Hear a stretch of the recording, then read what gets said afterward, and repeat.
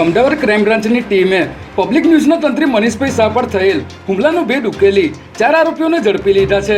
જેમાં 1 જૂનના રોજ પત્રકાર મનીષભાઈ શાહ પોતાની ઓફિસ જઈ રહ્યા હતા ત્યારે રિવરફ્રન્ટ રોડ પર આવેલ બાપા લવલવીની દરગાહ પાસે 2 વ્હીલર પર આવેલા 2 અજાણ્યા ઈસમોએ પત્રકાર મનીષભાઈ શાહને રોકીને તેમની પર છરાથી જીવલેણ હુમલો કરી ફરાર થઈ ગયા હતા. જેમાં મનીષભાઈ શાહને પગના ભાગે ગંભીર ઇજાઓ પહોંચતા સિવિલ હોસ્પિટલ સારવાર માટે દાખલ કરવામાં આવ્યા હતા. જે સારવાર દરમિયાન તેઓનું મોત નિપજતા આ કેસની તપાસ અમદાવાદ શહેર પોલીસ કમિશનર દ્વારા ક્રાઇમ બ્રાન્ચને સોંપવામાં આવી હતી. આ કેસની તપાસ ક્રાઇમ બ્રાન્ચને સોંપાતા પીઆઈ વીબી આલને તેઓની ટીમે ઝીણવટભરી તપાસ કરી અંગત અદાવતમાં સોપારી આપી પત્રકારની હત્યા નિપજાવનાર આરોપીઓને ઝડપી લીધા છે.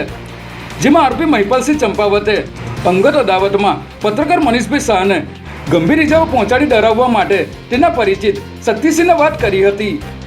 જેથી શક્તિસિંહે મહિપાલસિંહની આકાશ ઉર્ફે અક્કુ વાઘેલા સાથે મુલાકાત કરાવી હતી. જે બાદ 2 લાખમાં સોપારી આપવાનું નક્કી કરી પત્રકાર મનીષભાઈ શાહ પર હુમલો કરવા માટે અનિકેત ઓળાને વિકાસ ઓળા નામના ઈસમોને મોકલવામાં આવ્યા હતા.